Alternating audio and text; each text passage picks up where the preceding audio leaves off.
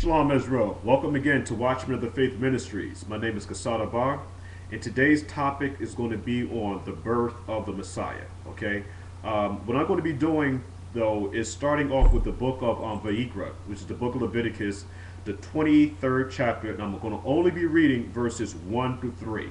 All right, and again, today's title is going to be called "The Birth of the Messiah," because all of us should know by now, hopefully, that the Messiah was not born during the month of December. December the 25th, cancel that, throw that out the window. Messiah was not born December the 25th.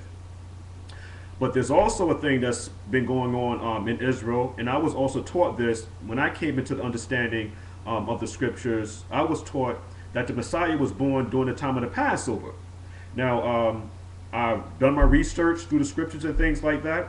I found no scriptures supporting the fact that the Messiah was born during the time of Passover. What I did come to find out is that the Messiah, that John the Baptist was born during the time of Passover, and that the Messiah was born in what we call the 7th month, or the Shabbat month, and that is called the month of Ethanim. All right, the 7th month.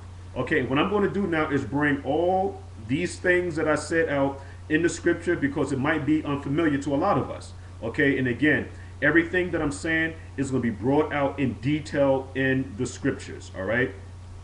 Now, what I'm going to be doing, like I said, I'm going to be going to the book of Vayikra. I'm going to be reading the 23rd chapter. I'm going to only be reading 1 to 3 because I want to bring out the point that the Messiah has an appointment. And it's very important that we also understand this appointment, because this lets us know what the Messiah is doing and where we're at today.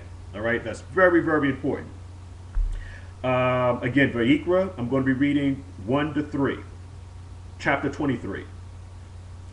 And the Messiah spoke to Moshe, saying, "Speak unto the children of Israel." I like to put emphasis on every single thing that I do and say. It says, "Speak unto the children of Israel." The nation of Israel was given laws, statutes, and commandments, and we were also given information on how to keep time. All right? To keep time. And these instructions was given to the nation of Israel. I'm going to read it again. "Speak unto the children of Israel and say to them concerning the feast." But the word, it has here the word feast, but it's not feast. That word is appointment. So whenever you see this word feast here, again, it's not talking about a big table full of food, of turkey and mashed potatoes and candy yams and biscuits and cornbread and things like that. That's not what this is talking about. Where it says concerning, speaking to the children of Israel concerning the feast, this word feast again is the word moed. Okay, and it means appointment. And when you go into the Strong Concordance number 4150, it gives us a deeper meaning and explanation of this word feast. And I'm going to read it in the Strong Concordance, okay, number 4150. Moed, here is spelled M-O-W-E-D or M-O-E-D. Moed. It says an appointment. Okay, very, very important that we understand Hebrew words. The more Hebrew you know, the better off you will be. Okay, and again, I had to take my, of lack of better words, my hat off to brother Lamud Yahu. Okay, I hope I'm pronouncing his name correctly. Lamad Yahu, that's his name, Lamad Yahu. He does a real good breakdown in helping brothers and sisters to understand and read the scriptures from a Hebraic perspective. All right, so check that brother out. Okay, it says now, a fixed time or season. So the Messiah is speaking to the nation of Israel concerning a fixed time, a season, a festival. Okay, a conventional, a year, an assembly. So there's a whole lot of words here under the word moed, but I just wanted to bring out the key point here is that the word feast, okay, means appointment. So Moshe is speaking to the nation of Israel concerning the Messiah's appointments. And again, the Strong's number is 4150. I'm going to read it again. Speaking to the children of Israel and saying to them concerning the appointments of the Messiah, which you shall proclaim to be holy convocations. Now, what I did now, I said, well, listen, what does the word holy convocations mean?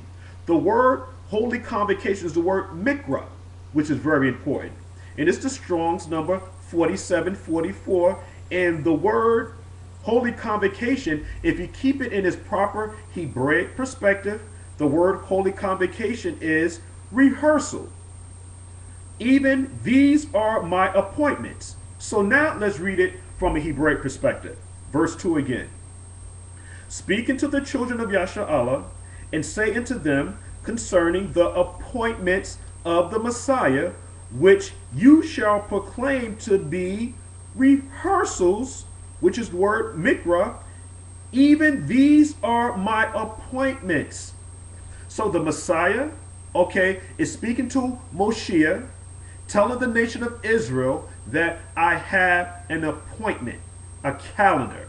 It is very important that we understand the calendar and that we keep the rehearsal, okay, rehearsing these acts until the Messiah comes. Now, I'm going to stop there for a minute, okay, and explain something a little bit more in detail here, okay, because I have a whole lot of notes here, and I want to take my time to make sure that I bring this thing out into its clarity, as clear as I can.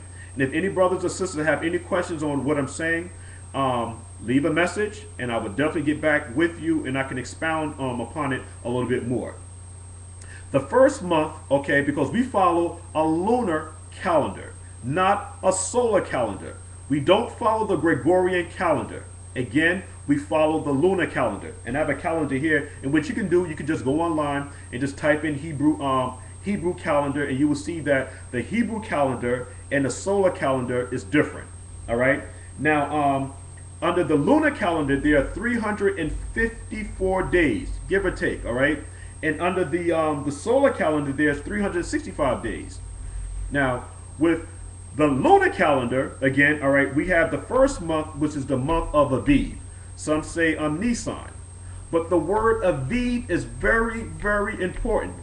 The word Aviv, okay, is an agricultural term. That name is agricultural. And the Messiah is always speaking to the nation of Israel in agricultural terms. Trees, okay, planting, vineyard, sheep. All these terms here are agricultural terms. That's how the Messiah is dealing with the nation of Israel, in agricultural terms. All right? And the word Aviv is associated with the word barley. When the barley is ripe in Jerusalem, we know that this is the spring. Okay? So the maturity of the barley happens in the month of Aviv, which we know as March. The new year is not in January. January is the dead of winter.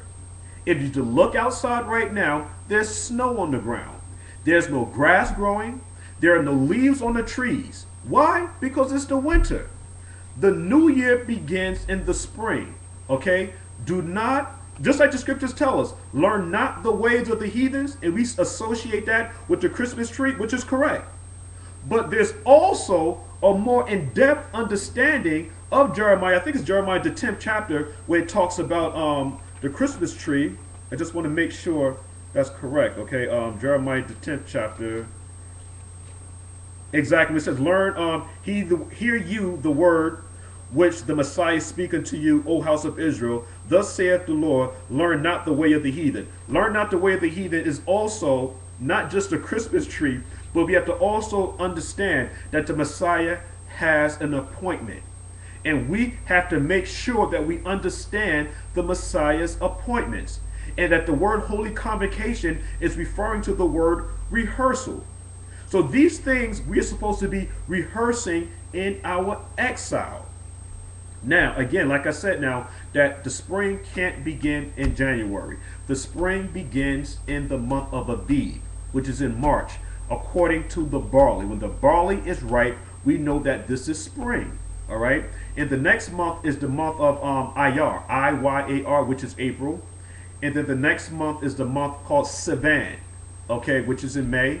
The next month is the month called Tammuz, which is June. And we have to also understand now too. Now these are all Babylonian and Greek names, okay?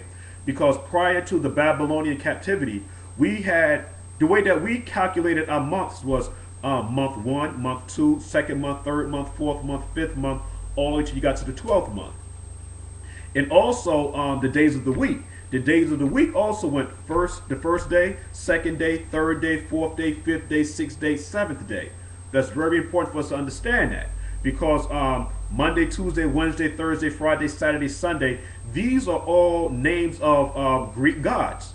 And just like the scriptures say that we're not even supposed to make mention of the name of other gods out of our mouth. But I'm doing this for edification, all right? So that we do know that we didn't say Monday, Tuesday, Wednesday, Thursday, Friday, Saturday, Sunday. We didn't do that. And we didn't say January, February, March, April, May, June, July, and so forth and so forth. We didn't do things like that. Because the word January, that's associated with the god of Janus. Okay, the god that looks backwards and forward. And then you have God for February and March and April and all that stuff like that.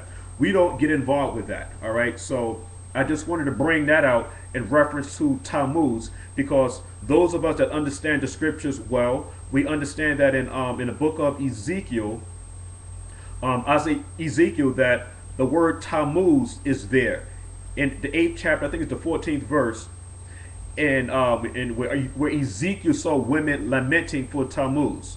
All right, so the names of these months didn't come about until after the Babylonian captivity. All right. Then the 5th month we have Av, A-V, which is July.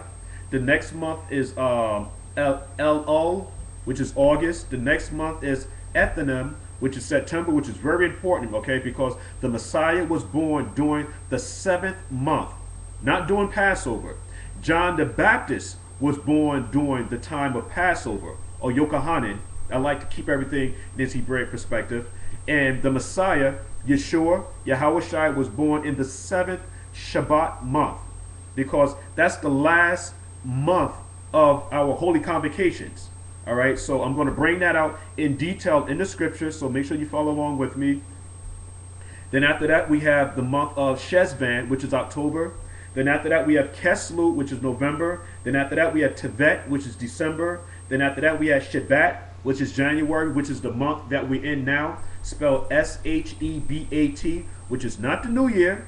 Okay, again, the new year begins in March, or what we call Aviv.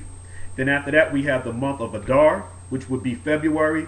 And then the next month will be the new year, which would be March. So again, everybody, the new year is in March. It is not in January. Now, with that being said, okay, just like I made mention earlier now there, we follow the lunar calendar, and there's 354 days in the lunar calendar, and there's 365 days in the solar calendar. And we as Israelites, we follow what? We follow the lunar calendar. Now, back to the book of Vayikra.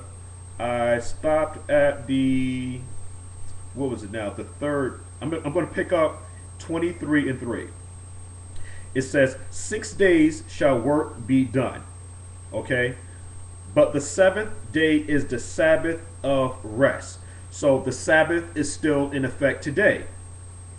And holy convocation. The word, again, holy convocation, okay, is the Strong's number 4744, and the word is mikra, so, and it means rehearsal. So, brothers, don't get sidetracked, because there's a lot of Israelite brothers that don't honor the Sabbath, which is surprising to me, where it tells us here in the book of Vayikra, on the 23rd chapter, verse 3, where the word holy convocation means rehearsal. So we're supposed to rehearse these righteous acts even in the land of our exile. So I'm going to read it again.